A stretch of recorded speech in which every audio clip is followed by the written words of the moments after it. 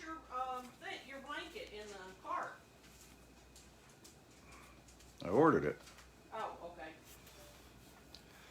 And I'm live. I'll wait to see who shows up. That's almost always my first words. I'm going to wait and see who shows up here. Oh, well, Gene Shanky, you're first today. I was just going to say, it's always interesting to see who's going to be first. Hi, Miss Molly Moo Moo.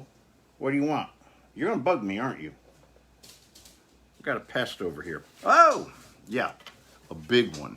Hello, George. Hi, Molly. You saying hi there? Oh, you are too big for that. Hello, Gail Mitchell. Brenda Westy, good to see you. Excuse me, ma'am. You're being a little pushy here. You don't really care, do you? Not a bit. I want to be with my daddy. Hello, Jason. Oh, come on, girl. Oh, no, kisses. She never kisses. That was one of her stingy... Aw.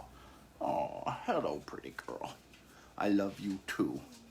There you are. But I'm going to have your sister up here in no time. Maybe your mommy can call you and get your attention. Hey, guys. There we go. Hello, T. Brown. Well, there was one of the big girls being a real love. They call them Velcro dogs for a reason. She just stuck herself to me. All right, and we're already past my threshold of when I usually start. If this thing all falls, it's because I barely have the tripod doing its thing right now, because I hate it when the cheap ones get all messed up like that. It just broke right off. And I'll be getting another one, and probably a little bit better than that one was. Anyhow, we're here. I'm glad we're here. Here's to all of you. Happy Patriots Day. I honestly believe that today should be made a holiday. A lot of people have talked about making yesterday a holiday, 9/11. And we have a whole lot of people, everybody spoke yesterday. They spoke about remember, and we've seen 1,000 memes, always remember, never forget. And then it's usually a picture of the towers and the date, September 11th, 2001. And I get it. I get why people think that. I get why they say that. I think today's the holiday. I think September 12th should be the holiday. And it should be Patriots Day, although I think we already have a Patriots Day.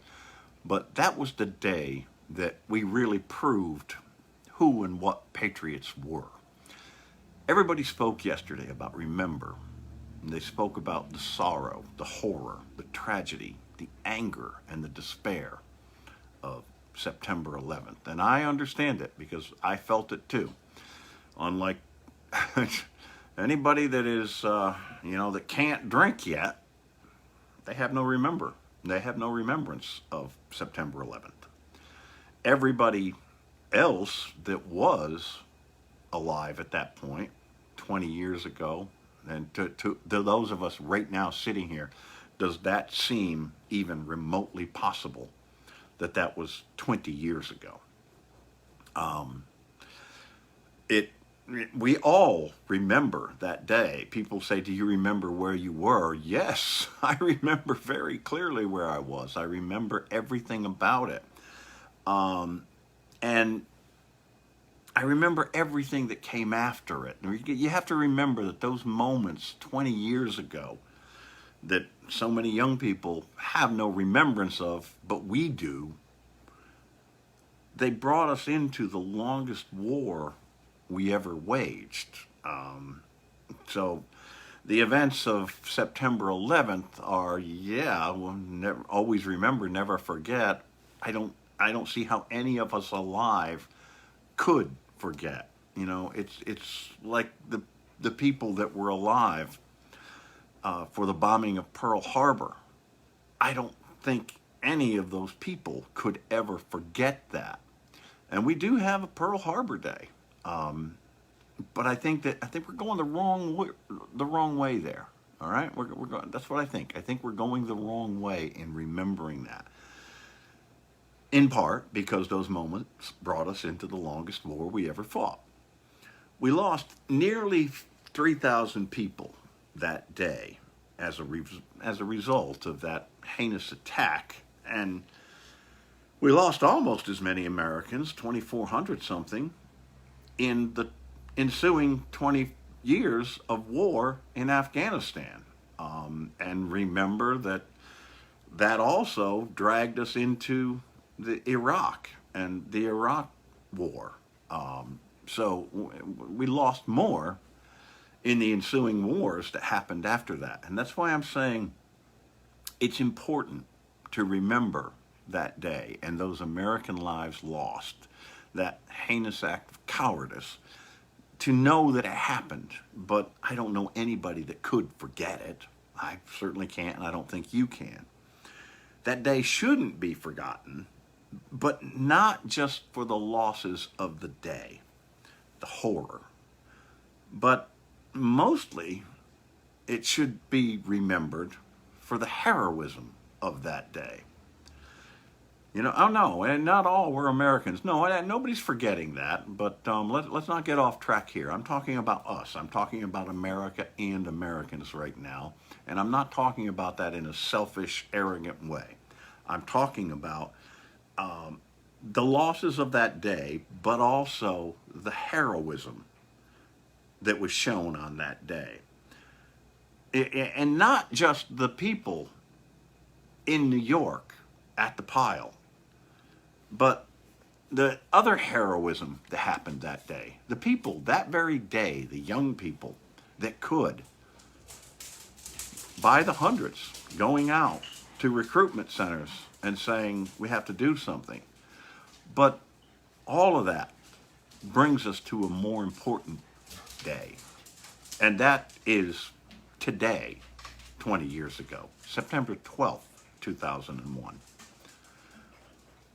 We all remember where we were and what we were doing when we heard of the first plane crash, and most watched the second. I got a message from my ex-wife that day.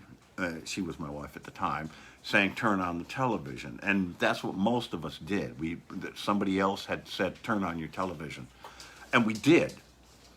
And I saw the second plane hit the second tower. I remember it clearly. Again, always remember, never forget. There's not a possibility that I could. That is indelibly etched in my memory. But the better day to remember was the next day. You know, that all happened on Tuesday morning. Do you remember what you were doing Wednesday? And how you felt on that day, on Wednesday, September 12th? Realizing that, first of all, knowing for sure that a lot of the feelings that you were feeling were shared by tens of millions of Americans and untold more worldwide. We were sharing the exact same feelings. Do you remember that patriotic fire that hit you and so many of us?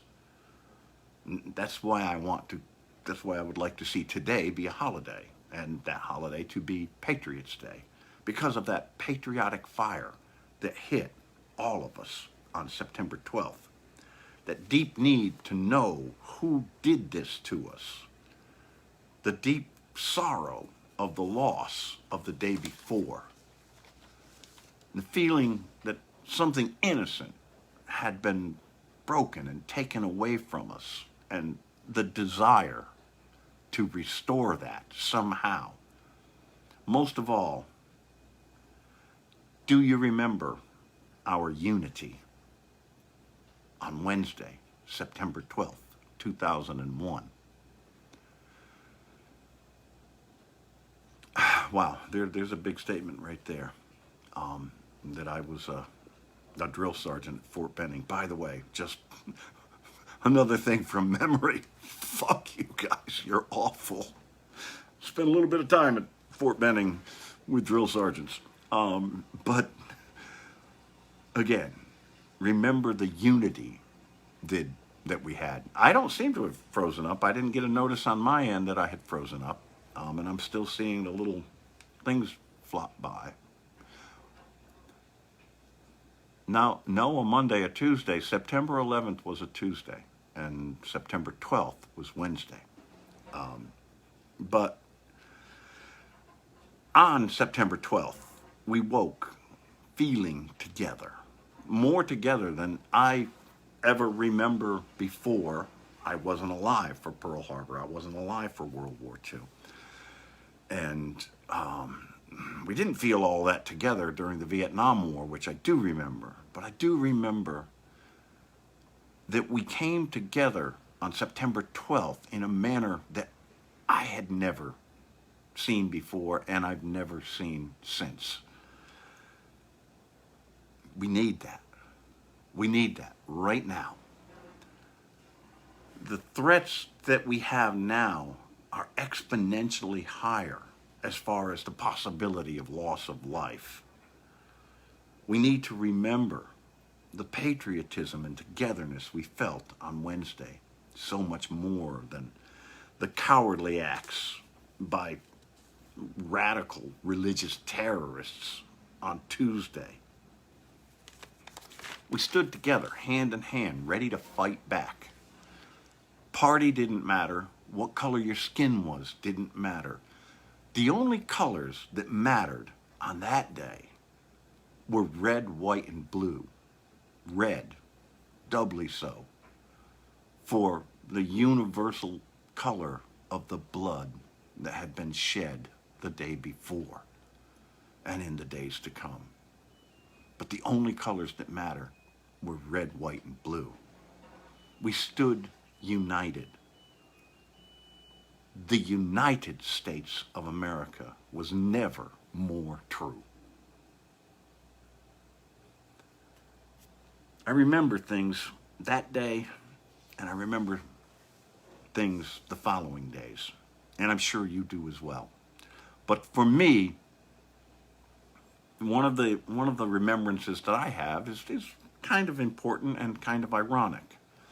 Ironically, my little theater company was in performance for the musical 1776 when all of this took place. And at the Sunday matinee was the father and grandfather of two of the cast members in the show, Jay and his son Brad Ponder. They were cast members, and Jay's dad was in the front row in a wheelchair. Jay's dad, Brad's grandfather, was a World War II vet. He was well up in years. In 2001, most World War II vets were well up in years, many of them dying off. I don't know how many more we have left right now, but it's not a whole lot. But he was well up in years, and he was not very mobile. Anyway, we finished the performance, and we received, as we did most performances, a standing ovation. I addressed the audience and offered words of hope and condolence. I've always been this preacher, guys. So, my wife at the time, Nina, the one who had called me, was one of the cast members. She playing, in particularly, Abigail Adams, there were only really 2 female roles in the whole damn show. She played one of them, Abigail Adams, and she had that because Nina was is one of the finest coloratura sopranos I have ever heard in my entire life. And I asked her if she'd close things on the shows going forward by singing the national anthem. And she did, of course, and again, as one of the finest sopranos I've ever heard, she nailed it every single night. And because of that, and because of things that had gone on, and kind of right now, I'm about to be there too, it brought everyone to tears. The audience had remained on their feet because I had asked them to, but they had remained standing. And I looked over when she had finished. I looked over on stage left, audience right, and Jay's dad, who he later told me hadn't stood in quite a while, he was on his feet at full attention with a rock-solid salute. That is how strongly we came together on September 12th, 2001. And remember, you couldn't buy a flag on the 13th, 14th, and down through. I had wanted to festoon the theater. I had to borrow flags from everybody to do it because we couldn't buy any. All of the stores were sold out. And I remember the stories of young men and women rushing to enlist. No greater desire in any of them but to protect our nation. That America, starting September 12th, 2001, stood together as rock solid as Jay Ponder's dad's attention and salute.